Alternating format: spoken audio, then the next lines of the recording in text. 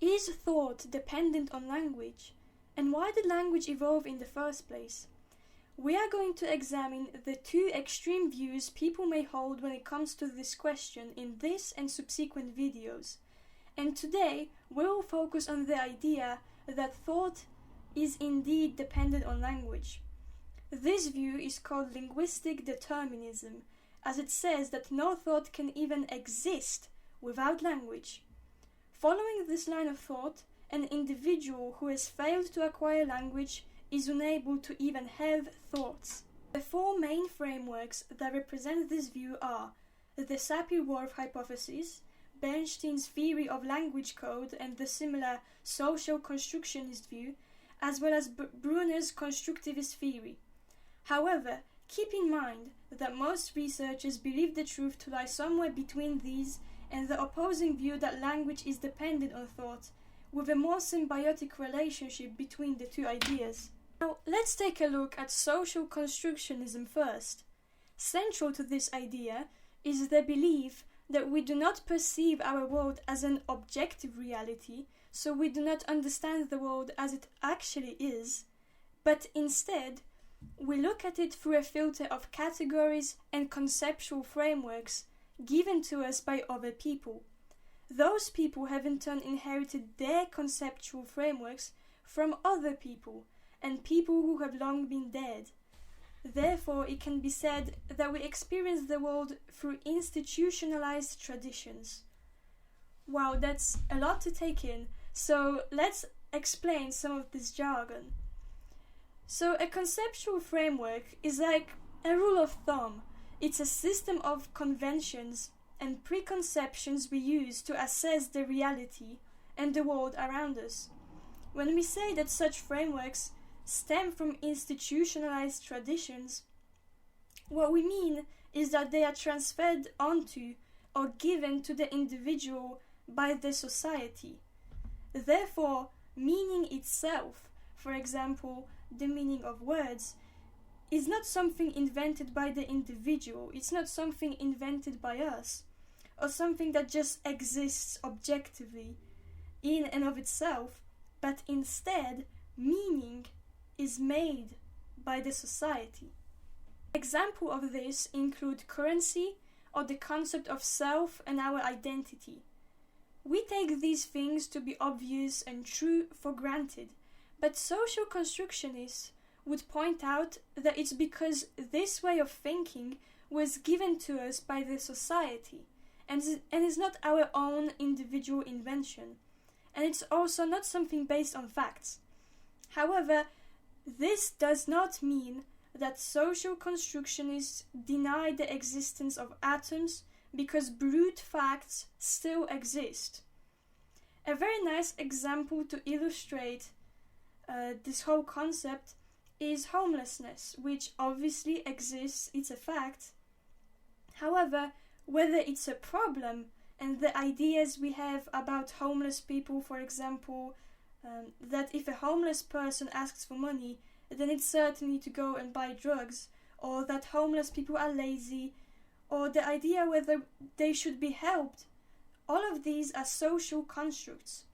Or more accurately, these things are only partially based on facts, and then on top of the facts, we add our own society's interpretations as to whether, for instance, it's moral. Now, how does this relate to language?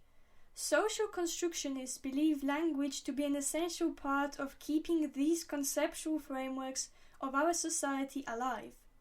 This view denies contributions of biology to language and human behavior.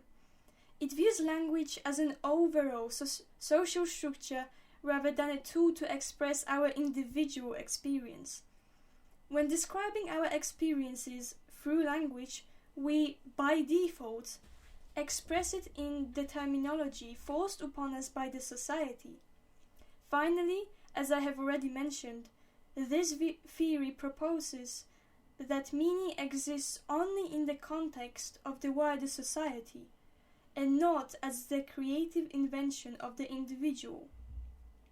This view is very similar to the Sapir-Whorf hypothesis, at least its strong version that says that we cannot comprehend or perceive phenomena which cannot be expressed in terms of our native language. Now, what does that mean?